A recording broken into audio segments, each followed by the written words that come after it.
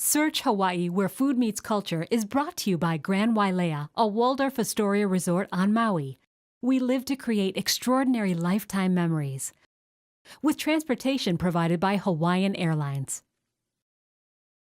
I'm Mike Lofaro, and I'm from Block Island, Rhode Island.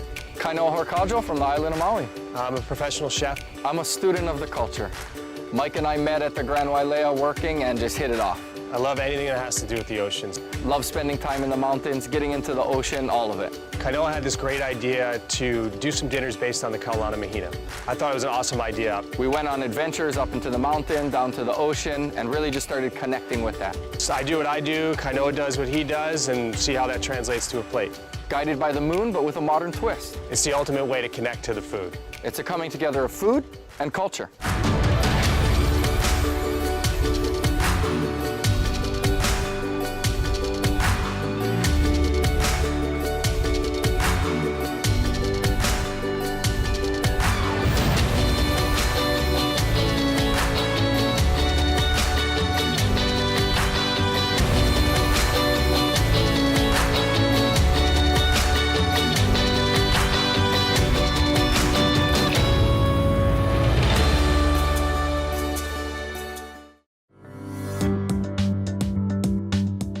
On this episode of Search Hawaii, where food meets culture, we've come to the island of Oahu, where Chef Mike and Kainoa will search nature for ingredients to create a one-of-a-kind dinner. Oahu is known as the gathering place, and there are hundreds of thousands of people here on Hawaii's most populated island. And yet even here, even in the month known as Nana on the Hawaiian moon calendar, there is bounty to be found if you just search. We're on the island of Oahu. You know, crowded island, you think about a lot of people being here, but there's a lot of backcountry and a lot of wilderness to go and forage in. So we're gonna meet up with my friend, Dr. Ohu Gon, and see what we can find out there. He's got a couple places to take us. So it's been a little while since I've been up this trail. Oh, it's beautiful. Beautiful over here. We'll have to see what we find. Ohu is the senior scientist and cultural advisor to the Nature Conservancy of Hawaii. The guy is just a wealth of information and just a lot of fun to hang out with. So right now we're in that time where we're in the spring, we're coming out of the wet season into the dry season. In Hawaiian calendar, it's the month of Nana, which is about animation and things blooming. So this is a really good example of the time of the year that we're in, yeah? Start of the growth. Start of the growth. You're gonna get all of this budding and new leaves, but you're not gonna get any of the fruit, not until much later. Right, right. So Sam, with everything just kind of starting to grow again, what do you think we can expect to find for edibles? Well, it would be slim pickings, except for those things that maybe are there all year long, like the rootstocks of tea, or maybe if we find some awa growing along the stream side, or maybe those things that you don't want fresh anyway, like kukui nuts that have fallen, you want them to be on the ground for a while before you make inamona. Right. You know, one of his suggestions was, well, you know, instead of us looking up for food, maybe we should start looking down. And that's when we came across kukui trees, where there had been kukui nut that had fallen. Oh, yeah. There's a nice big kukui tree over there. There's a nice kukui right there. Yeah. In fact, there's a lot of them around here. There should be kukuis all over the ground. As we go in there with Ohu, and of course, which is proper, we stop to do a little bit of protocol. And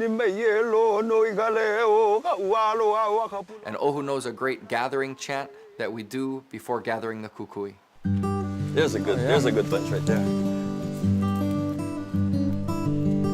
So that's what we're looking for. This is what we're looking for. Okay. Perfect. Ohu shows us how to look for that kind of white tone on the kukui. Looks like it's been sitting there for about 6 months, and we start going through the brush looking for them.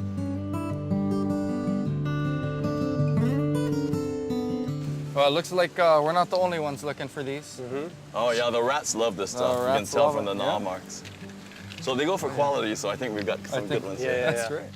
Traditionally, we use inamona pretty much for seasoning raw fish, for seasoning poke. But you know, Mike, he always likes to do something unique. We're getting all this kukui. What you thinking for inamona? Yeah, I don't know, man. I've used inamona a lot in poke and you know, kind of in what its traditional uses are. When I saw it this time, we're like, hey, maybe use it completely untraditionally. And so I thought, how can you use it in a dessert? So one neat thing is that although the low elevations of Oahu are mostly non-native, it also means that sometimes people have planted fruit trees or other things that were really useful. Or just kind of. Oh, hey. Like look at this. This is the V apple. Oh, wow. And that one, and it's fruiting, so that's kind of cool. There should be some on the ground here. Yeah, they're really good, and they taste just like they smell. Yeah. That's a trip. Mike, Yeah, have it's you ever weird. done something with these before? Never even heard of them, yeah. It's got like a super floral, almost like lychee, mangosteen. I think it's in the same family as mangosteen. Oh, wow. Wow, very cool. Think you can do something with this, Mike? For sure, have some fun with it. All right. Nice. I immediately thought with the V that I was going to just use it in a sweet preparation. It has a beautiful floral notes to it. Just kind of don't mess with it. Just peel it, cut it up, and serve it.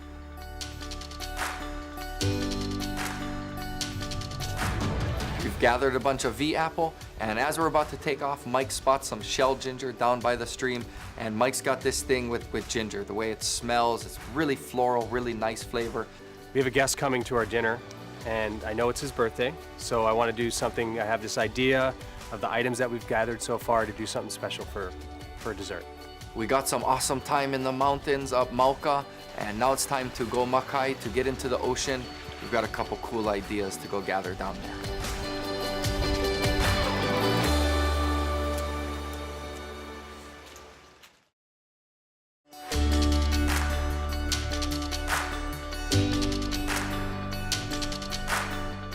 So we went Mauka, now we're going Makai.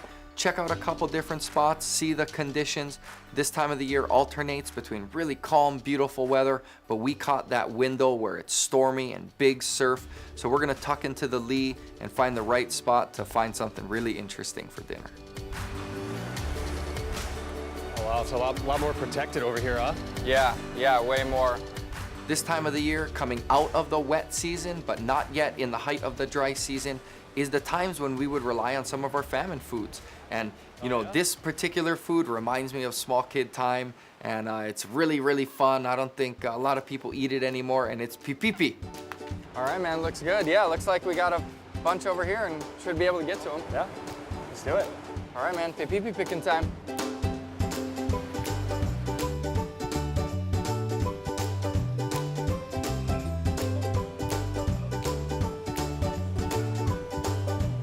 Kainoa points out pipipi, which they look like tiny little snails, and he's like, "That's it. That's what we're gonna serve." So I was like, "Okay." Yeah, man, picking pipipi reminds me of being a kid, man. Throw them on the grill, cookie sheet on the barbecue, and that's it, man.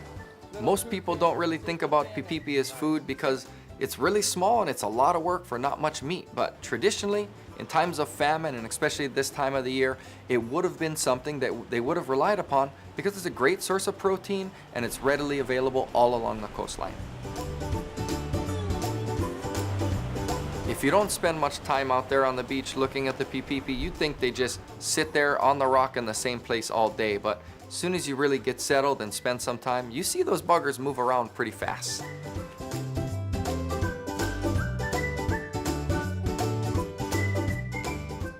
Reminds me of periwinkles, which are like bigger versions from where I'm from, which is basically like snails. So immediately I'm thinking escargot, I'm thinking a lot of garlic, I'm thinking butter, I'm thinking just cook them in a sauce and just have all their natural juices come out, and something very simple.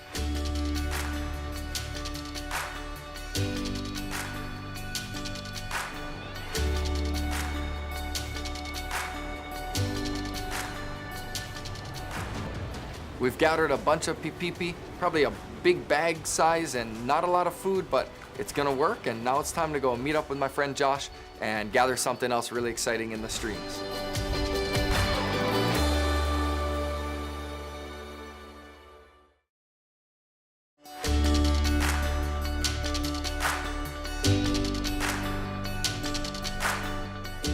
We've really gotten a great idea of where we are at this time of the year. We went up Mauka, we gathered some kukui for inamona, some V apple, a few other things Mike likes. We went down to the ocean, got pipipi to make into a dish. We've got one last thing, meeting up with my friend Josh, He's gonna take us into the streams and we're gonna gather some crayfish. Nice to see you. Good to see you too. Yeah. Kainoa introduces me to his friend Josh, who's going to take us crayfishing. So, you ready to go? Yeah, let's do it. All right, we got the nets right here. All right, bro. Josh is an amazing guy. He's been a tireless advocate of environmental efforts here in Hawaii for a really long time. And he's got this little spot where he used to grab crayfish, and he's taking us there right now. He's the real deal. Oh, action. There's a couple different ways to grab crayfish, but we're going during the daytime with net, and you just gotta scoop them out of the stream, but it's not as easy as it looks, and those buggers move fast.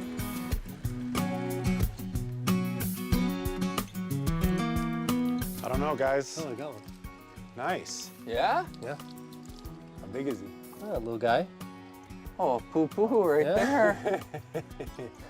Oh, yeah, buddy. I got one. Yeah? Yeah, yeah. Nice. Right on. Yeah, got a live one. Mike, you want an earring? It's got a clamp right on there. Yeah, only if you got some duct tape too. Yeah, buddy.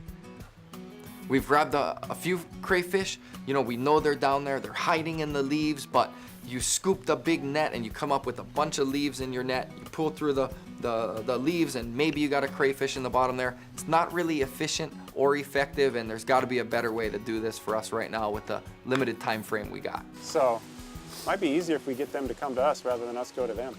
Sounds good. That's a good Yeah. idea. Yeah. Set a couple traps instead Set some tonight. traps. Let Sounds them good. swim inside. Josh has got a couple crayfish traps. We need some bait for it, so he takes us up to his aquaponic system where they're raising tilapia. Oh, this is cool, man. This is your aquaculture setup? Yeah, so this is aquaponics. Oh, this is sweet, yeah. Tilapia in here. The poop from the fish runs up through these pumps, fertilizes all the leafy greens, Nice. and then it filters the water, it drops into the pipe and right back to the fish. And plus, we get dinner. So And we're you- gonna have tilapia for dinner tonight, so we might as well use the head and the guts to set our traps tonight for the crayfish. Sounds good, man. All right. Crayfish like that. Let's get some. All right. Lucky for us, Josh is cooking up tilapia for dinner tonight. So we get the guts to use as the bait for the crayfish. He's just got to net it first. All right, you wanna just herd me the big one?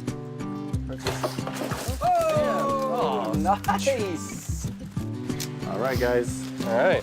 Let's set our trap. We got two traps. We put the fish head in one, the guts in the other, and we're kind of taking a wager on which is gonna get more crayfish. You guys wanna take bets on which one's gonna get more? I don't know, I think the head might have it. Yeah. Personally, I would save the head and cook it and eat it. And then, like in nature animals, they just go for the gut. So I'm kind of thinking the guts are going to prevail here. All right, you gonna drop that one right there? Yeah, what do you think? in Right this here? little area right here. Nice, this is the spot. We'll tie it off so the big one doesn't carry it away. Okay? That's right. Sun's going down, it's getting dark. We gotta get those traps in the water. Hopefully we catch a bunch of crayfish because tomorrow we got dinner and a bunch of people coming over.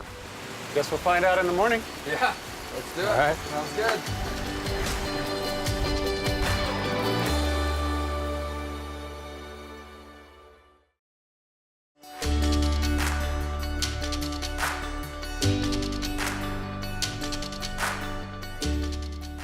Tonight's the night of the big dinner. Mike's already in the kitchen working on the 1,000 steps he takes to make something amazing, and my time to go check the traps. We left them in there overnight. Hopefully there's a bunch of crayfish in there. Yeah. Wow. So I got both traps out, and it's really hard to tell which trap has more. It's pretty even. So we're feeling good. Oh yeah. Mike, check it out, man. Nice. Yeah, buddy. Good haul, huh? Good, huh, dude? The one with the tail and the guts actually had, I think, 2 more crayfish in it. So I am on fire right now.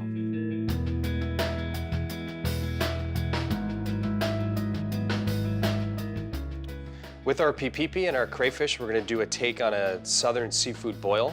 And the first step is we want to remove the little, basically like a shell cap that's on the pipipi. And we're going to do that by cooking them in a pot with parsley, garlic, shallots, a little bit of clam juice, and white wine. The next step in making the seafood boil is to make the actual base broth.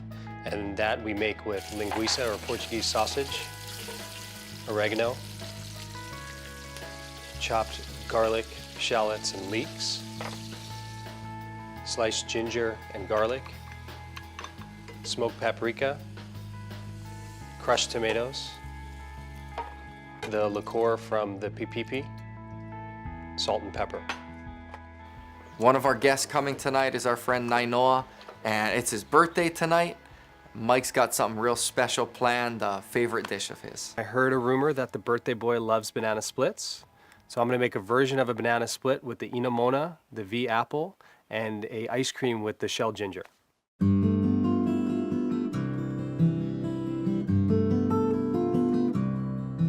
The first step with the gurdy ice cream is to make a syrup out of sugar, sweetened condensed milk, water.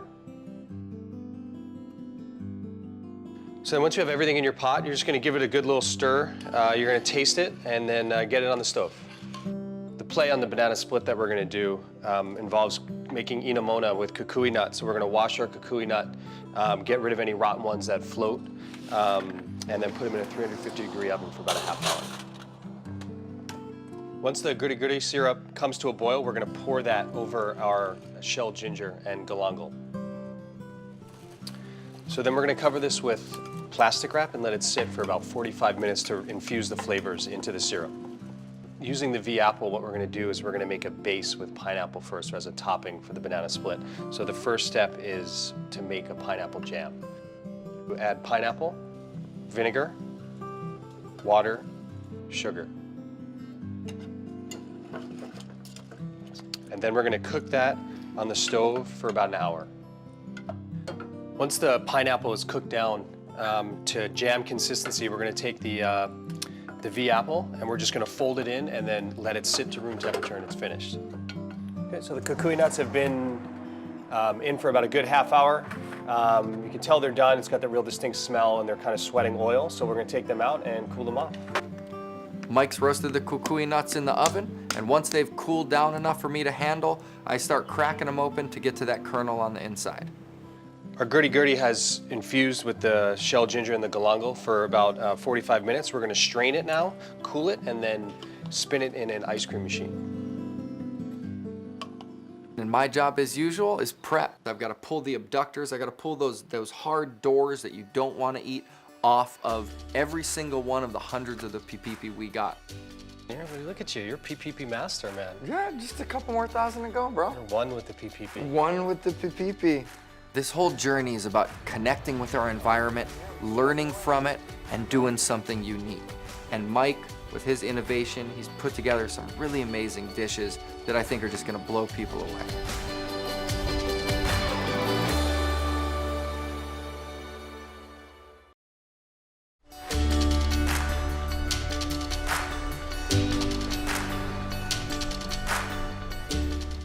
We spent the last couple days searching up in the mountains and down in the ocean, and Mike spent the last few hours in the kitchen slaving over the stove, and this is where we get to give back. Hey guys! Oh, so good to see you. Hi. Oh, thank you so much. Aloha. Kainoa. Guests are arriving, so it's time to add our last ingredients to the boil. Our crayfish, pipipi, sweet potato, and choy sum. I think this is my favorite part because I'm around such amazing people, learning such amazing things, and then this is my chance now to be able to give back. Alrighty, everyone, this is kind of the take on a southern seafood boil with the crayfish and pipipi. We also threw in some really good ama ebi and kahuku prawns, some other things that look really good at the market. So go for it. Yeah. And of course some toothpicks to pick out the pipipi.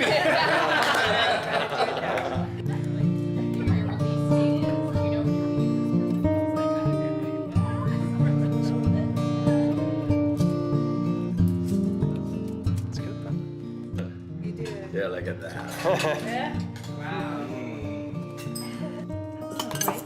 This is bad news for all the crayfish in our country.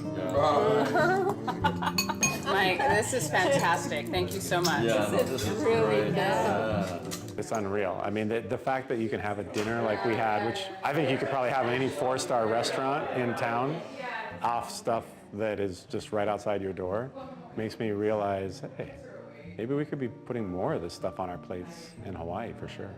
Turns out our birthday boy is Kainoa Thompson, so I really hope he likes the banana split. Okay, Kainoa, so we heard you like banana splits. Yeah. So for your birthday, happy birthday. Enjoy. Thank you so much. Thank you, Michael. Thank you so much.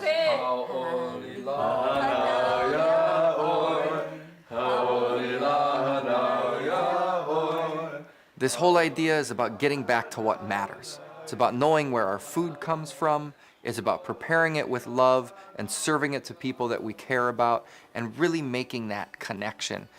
Thank you all so much. Wish Mike and Kainoa to be in Block Island, hopefully. How do I feel about being invited to go sail on Hokulea? It's asked me in 6 months after I process it. I'm honored. Just being invited on it is just an honor that I can't even comprehend. Yeah, that's right. Thank you guys so Blessing much. there. Oh, thank you. Thank you. So who knows if Chef Mike and Kainoa will end up on Hokulea? We'll have to wait and see. For now, it's a fabulous meal with friends and family. Thank you for watching Search Hawaii, where food meets culture. And you can find Chef Mike's recipes online at searchhawaiitv.com. Aloha.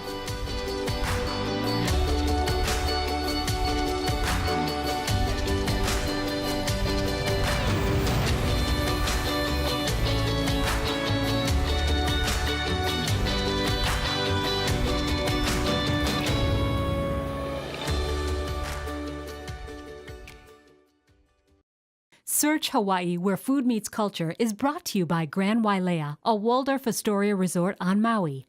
We live to create extraordinary lifetime memories. With transportation provided by Hawaiian Airlines.